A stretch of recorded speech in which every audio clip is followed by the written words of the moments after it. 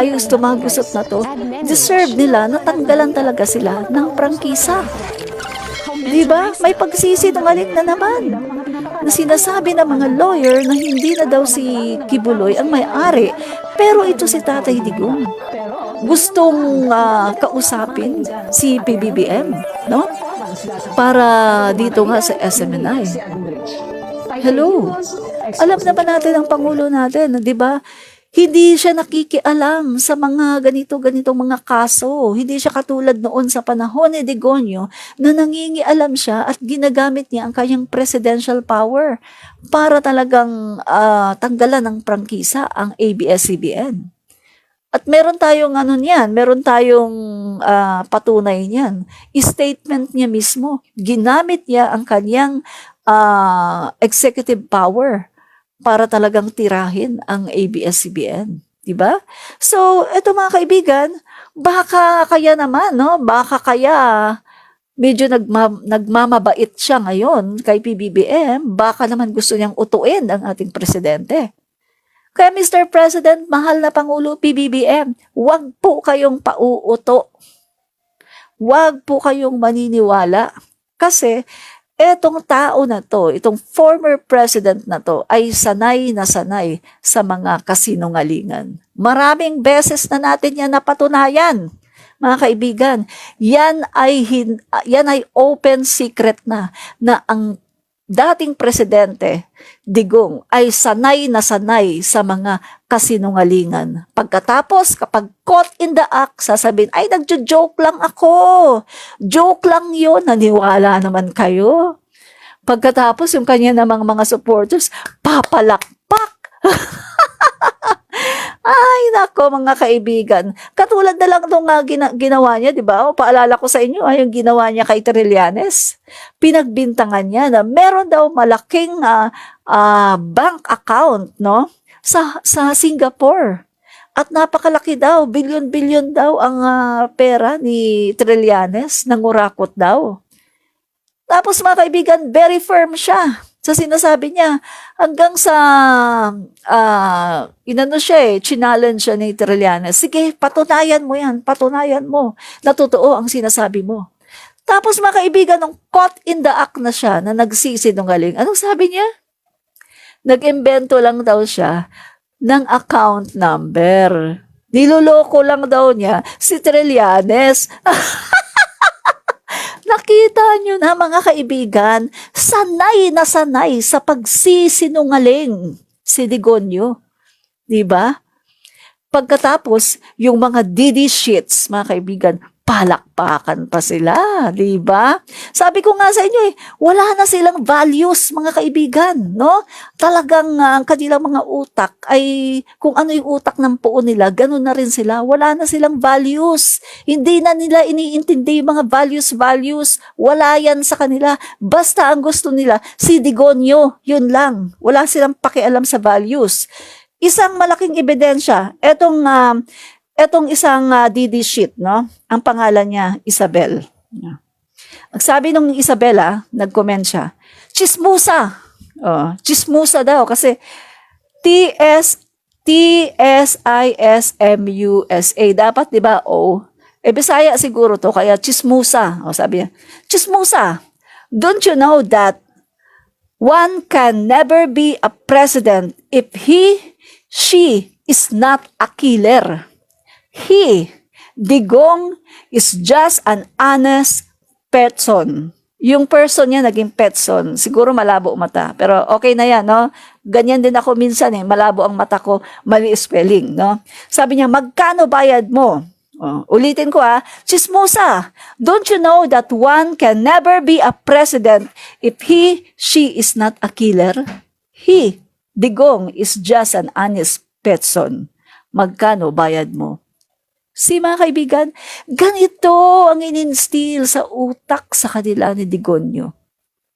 Hindi ka daw pwedeng maging presidente kung hindi ka killer. Diyos ko, die. So, ibig sabihin, kailangan pala, ang requirement pala, dapat maging killer ka muna bago ka maging pangulo? Ha? Diyos ko, die. Diyos ko, Lord. Ano na ang inyong mga, ano ng inyong, wala na kayong values. Ganito na kayo mag-isip, ang mindset nyo. Hindi ka pwedeng maging presidente kung hindi ka killer. Oh my goodness. Proud na proud sila ha. At inaamin nila mga kaibigan na ang kanilang Pangulo, si Digong, ay isang killer. Mga kaibigan, I'm proud to say na ang presidente ko ngayon, Bongbong Marcos, is not a killer. At hindi ako boboto sa isang presidential na killer.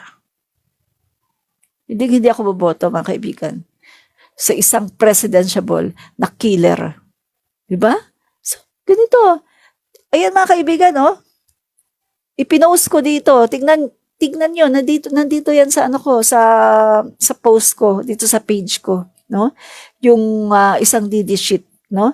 Na hindi daw pwede maging presidente kapag hindi ka killer. So, ini-imply ng mga DD sheets na kailangan isang requirements kapag gusto mong maging presidente, kailangan killer ka. Kailangan mamamatay tao ka para maging presidente ka, para maging qualified ka na maging presidente, kailangan mamamatay tao ka. Diyos ko, ang babaw naman ng inyong requirements. Kung ganon din lang, ay, yung mga ex-convict dyan, paano nyo na, patakbuhin nyo na rin na presidente. Kasi yung mga ex-convict, o yung mga, kahit yung mga nakakulong ngayon, patakbuhin nyo na ng presidente. Yun naman pala ang requirement sa inyo para maging pangulo Gusto nyo mamamatay tao. Kaya naman pala okay lang sa inyo ang ginawa ni Digonio ng mga EJK dahil wala kayong values. Hindi kayo naniniwala sa Diyos. Palibhasa, kayo ay makakomunista. Ang mga kaibigan nyo ay mga taong labas. Kaya naman pala si Digonio, ang mga kaibigan ay mga taong labas at ang mga kabarkada ay mga drug lords. Diba? So kaya naman pala mga kaibigan, gano'n naman pala, wala pala talaga kayong values. Kaya naman pala ngayon, galit na galit kayo sa presidente dahil ang presidente natin ngayon ay hindi marunong pumatay ng tao. Hindi killer. Kaya ayaw nyo pala ng presidente na mabuting tao. Ayaw nyo ng presidente na mapagmahal sa mga tao, mapagmahal sa Diyos, mapagmahal sa kapwa, sa bayan. Ayaw nyo. Ang gusto nyo, killer! Ay talaga naman. Jana Nuestro, morning ma'am, go, go, go, PBBM solid. Masaya ang mga DDS sa mga taong kriminal pala. Kaya ang mga killer ay kampi sa mga Duterte, Juliet Paclibar. Tama po kayo dyan. Correct. Kasi ito, sabi ng DD shit Oh? Hindi ka daw pwede maging presidente pag hindi ka killer. Kailangan killer ka. No? So, yun ang requirements nila mga kaibigan. Dapat killer ka para maging pangulo ka.